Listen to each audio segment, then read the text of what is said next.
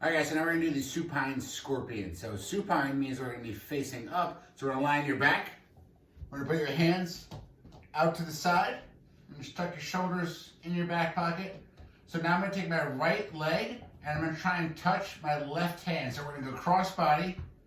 Try to keep your back on the floor as much as you can. It's okay if your legs slide a little bit. Just want to keep that upper back on the floor and do your best to touch your hand and bring it back and then switch legs.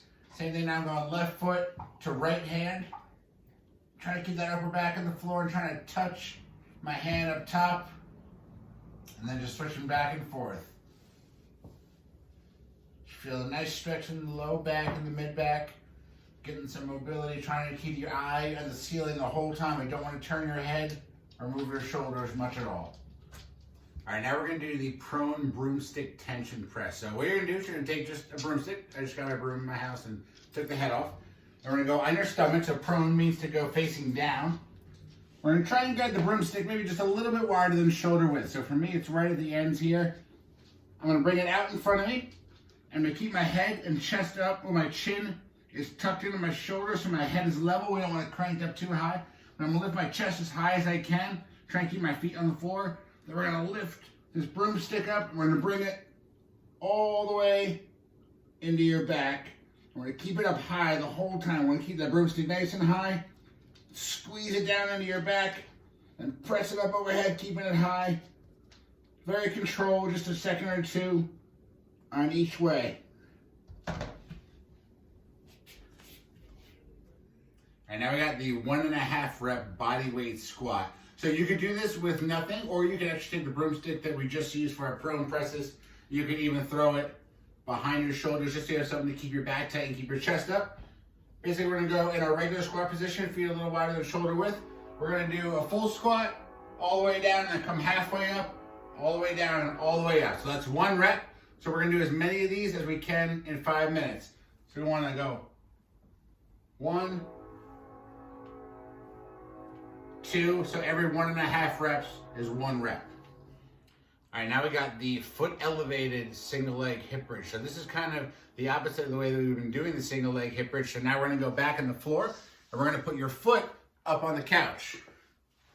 So get yourself situated, feet are about 90 degrees, palms up, shoulders are back and down. 1 foot on the couch, and then we squeeze up, we hold for that 5 seconds, focusing on squeezing the glutes. Chins down, eyes forward. We go all the way back down. Get that big pause at the top, hold a couple seconds.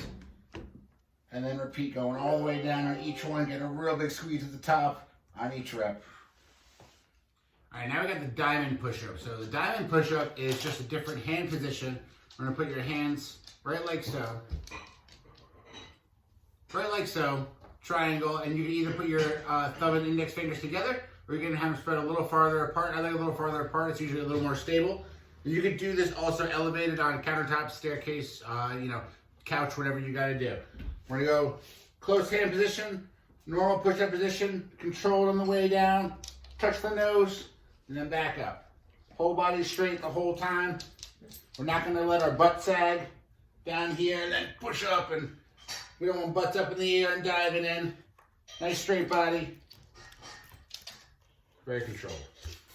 All right, next we got the dead bug. So for the dead bug, we're gonna lie flat on your back, making sure your low back is flat to the ground. We don't want it arched up and hyperextended. We want everything flat against the ground.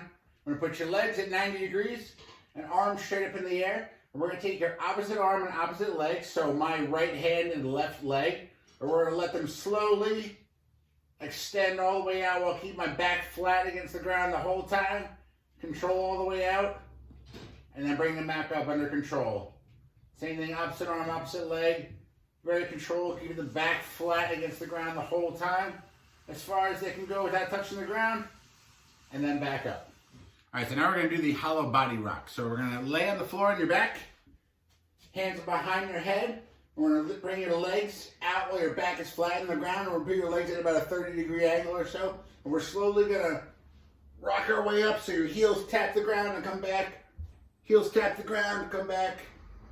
And just in control the whole time, not using too much momentum. Keeping those abs on the whole time. We don't want your back to hyperextend at all during these. Just slowly and controlledly rock back and forth.